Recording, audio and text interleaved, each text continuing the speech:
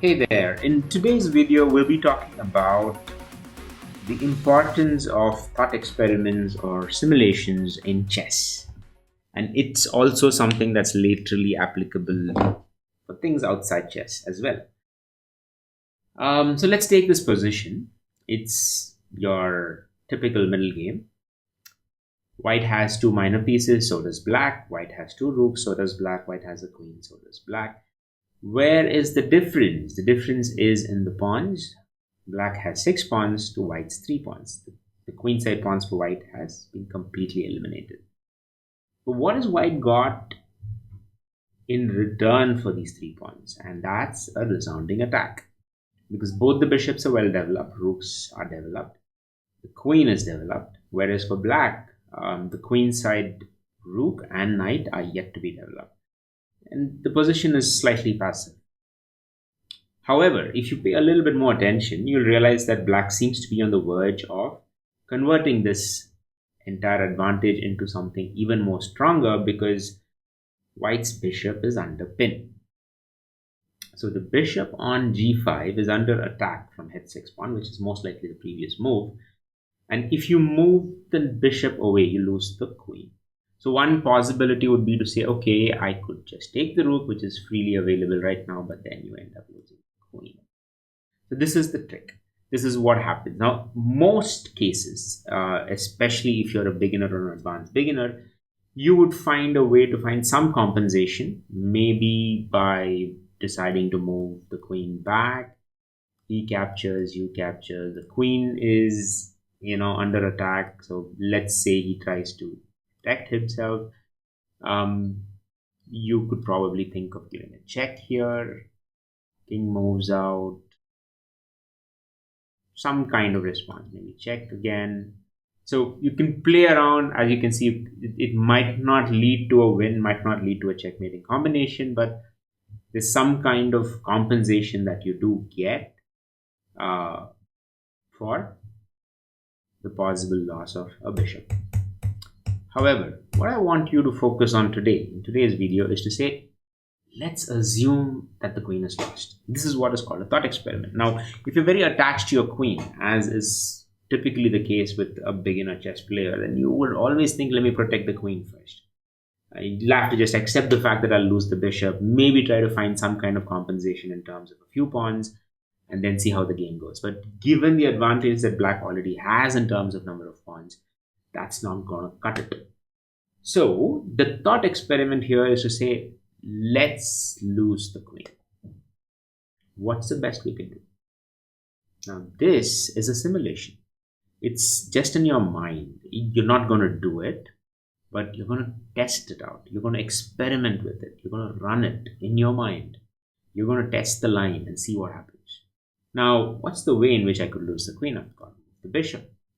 So if I capture the rook, he captures back. What happens then? Nothing much. In fact, it's kind of a tricky situation here because I just can't move the rook right away because I'll end up losing the other rook behind it.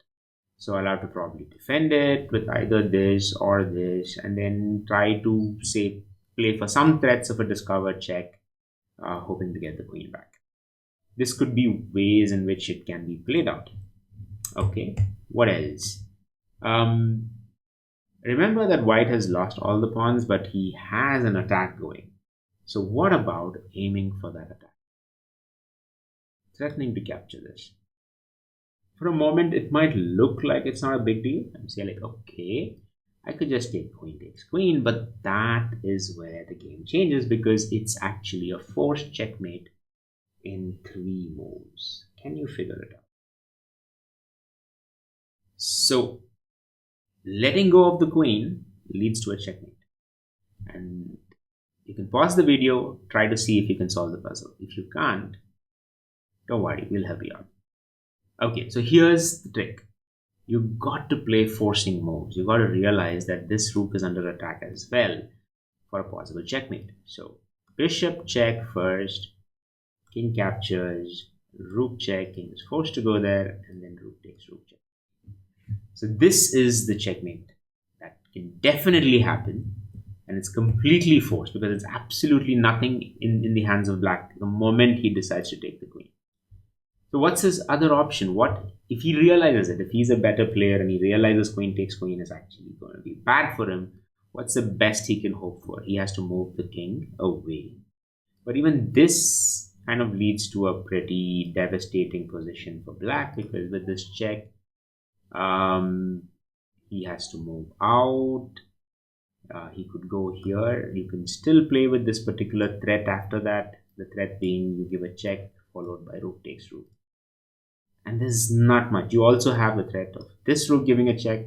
So as you can see, it suddenly changes the entire position, saying, okay, I'm still okay with you losing my queen, but then I would end up getting some kind of major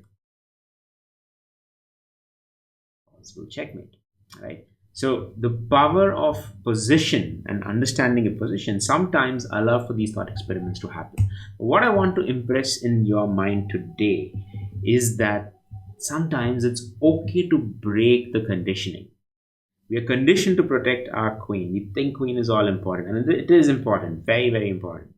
But sometimes it's okay to lose the piece, to sacrifice the piece, and the only way you can test it out is if you're brave enough to run the thought experiment in your head. And if you think a little hard, you'll realize that this doesn't apply only to chess. Even in real life, you can always simulate breaking your mental conditioning. And sometimes you might actually find gold mines waiting for you when you just are willing to let go.